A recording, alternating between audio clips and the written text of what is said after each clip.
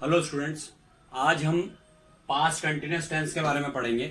सबसे पहले मैं आपको इसकी पहचान बता देता हूं। इसके हिंदी वाक्य जो रहते हैं उनका अंत होता है रहा था, रही थी, रहे थे से। रहा था,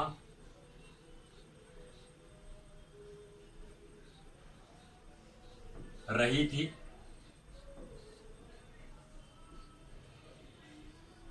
या रहे थे।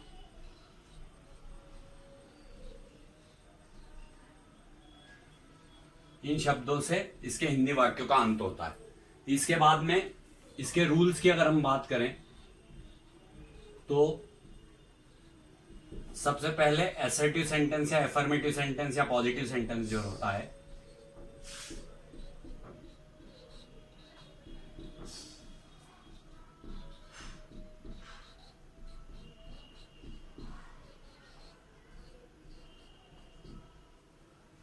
तो इसमें पहला रूल आई, ही, शी,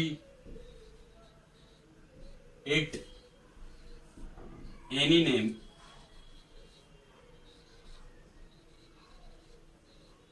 या सिंगुलर।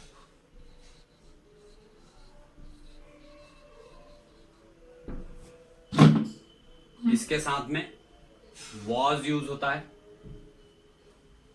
प्लस वर्ब का first form plus ING plus object and then full stop. इसके बाद में अगर इसके सेकेंड रूल की बात करें तो इसमें वी, यू, दे या प्लूरल, इनमें से अगर कोई सब्जेक्ट होता है तो इन सब के साथ में वर लगता है प्लस वर्ब का first form plus ING plus object और आखिरी में फुल स्टॉप। मतलब इसके सेंटेंस जैसे तुम गाना गा रहे थे तो you were singing a song, you were singing a song. और अगर इसकी जगह पर ऐसा होता कि वह गाना गा रही थी तो शी वॉज, क्योंकि एक वचन है ये, she was singing a song. अगर सिंगुलर या ही, शीट या एनी नेम हो या आई हो तो उस केस में वॉज लग करके वर्ब के फर्स्ट फॉर्म के साथ ING means she was singing a song. और अगर हम गाना गा रहे थे तो we were singing a song होगा। इस बात का ध्यान रखना है कि रहा था, रही थी, रहे थे से वाक्यों का अंत होता है इसमें, और इसी को हम पास्ट कंटिन्यूअस टेंस के नाम से जानते हैं। इसके बाद में अगर हम निगेटिव सेंटेंस की बात करें तो निगेटिव सेंटेंस इसका बहुत सिंपल सा रूल है। इसके निगेटिव सेंटेंस में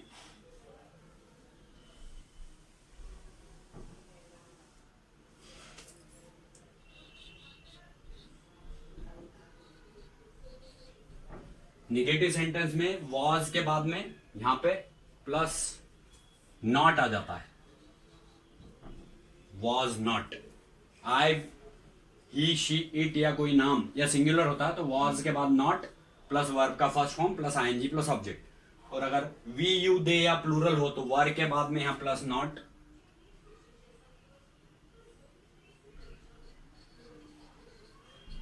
प्लस वर्ब का first form plus ING plus object. मतलब अगर वही उदाहरण लेते हैं हम कि वह गाना नहीं गा रही थी तो she was not singing a song, और हम गाना नहीं गा रहे थे तो we were not singing a song. इस टाइप से इसका एंड होता है।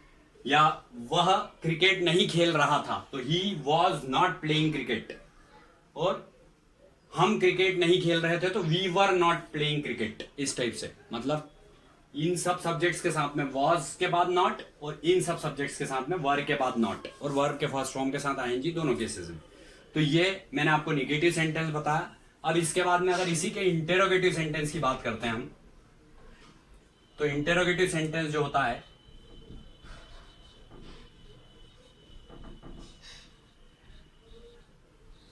तो इंटेरोगेटिव सेंटेंस में ये वॉज यहां से हट जाता है, यहां पर नॉट नहीं लगेगा,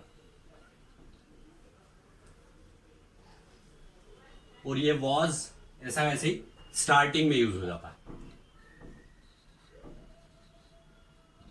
was plus I oblique he oblique she oblique it oblique any name oblique singular plus verb के फर्स्ट फॉर्म के साथ आईएनजी प्लस ऑब्जेक्ट। और यहां पर ये वर नॉट जो पूरा पार्ट है ये हट जाएगा, मीन्स इसके बाद में सीधे वर्ब का फर्स्ट फॉर्म प्लस आईएनजी हो जाएगा, और यहां पर वर्ब जो होगा वो शुरू में लग जाएगा।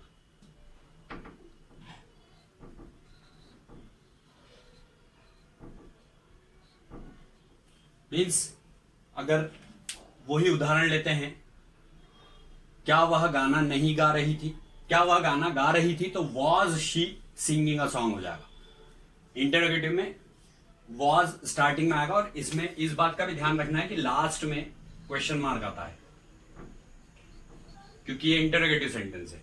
तो was she singing a song, और यहां पर were we singing a song, या वॉज ही प्लेइंग क्रिकेट, या वर यू प्लेइंग क्रिकेट। क्या तुम क्रिकेट खेल रहे थे, तो वर यू प्लेइंग क्रिकेट। क्या हम क्रिकेट खेल रहे थे, तो वर वी प्लेइंग क्रिकेट, है ना। इस टाइप से इनके सेंटेंसेस का एंड होता है और लास्ट में क्वेश्चन मार्क लगता है। ये मैंने इंटरोगेटिव के बारे में बताया। इसके बाद में लास्टली जो इंटरोगेटिव प्लस निगेटिव सेंटेंस होते हैं, उन सेंटेंसेस में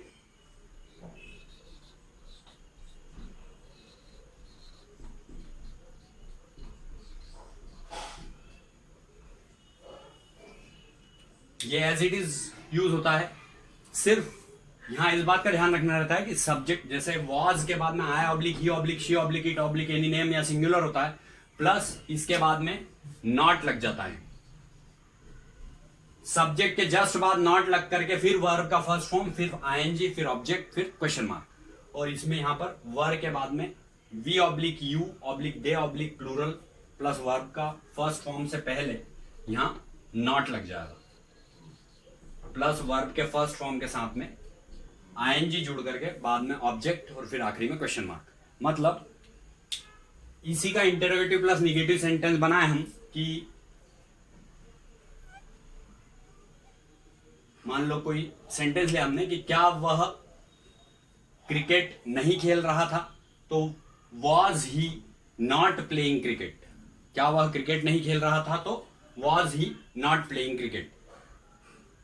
क्या हम क्रिकेट नहीं खेल रहे थे, तो were we not playing cricket. इस टाइप से इसके सेंटेंसेस इंग्लिश में फॉर्म होते हैं। मींस हमारे याद रखने की चीज ये होती है कि हिंदी में इन वाक्यों का अंत रहा था, रही थी, रहे थे से होता है, और केवल दो हेल्पिंग वर्ब यूज होते हैं, वॉज और वर।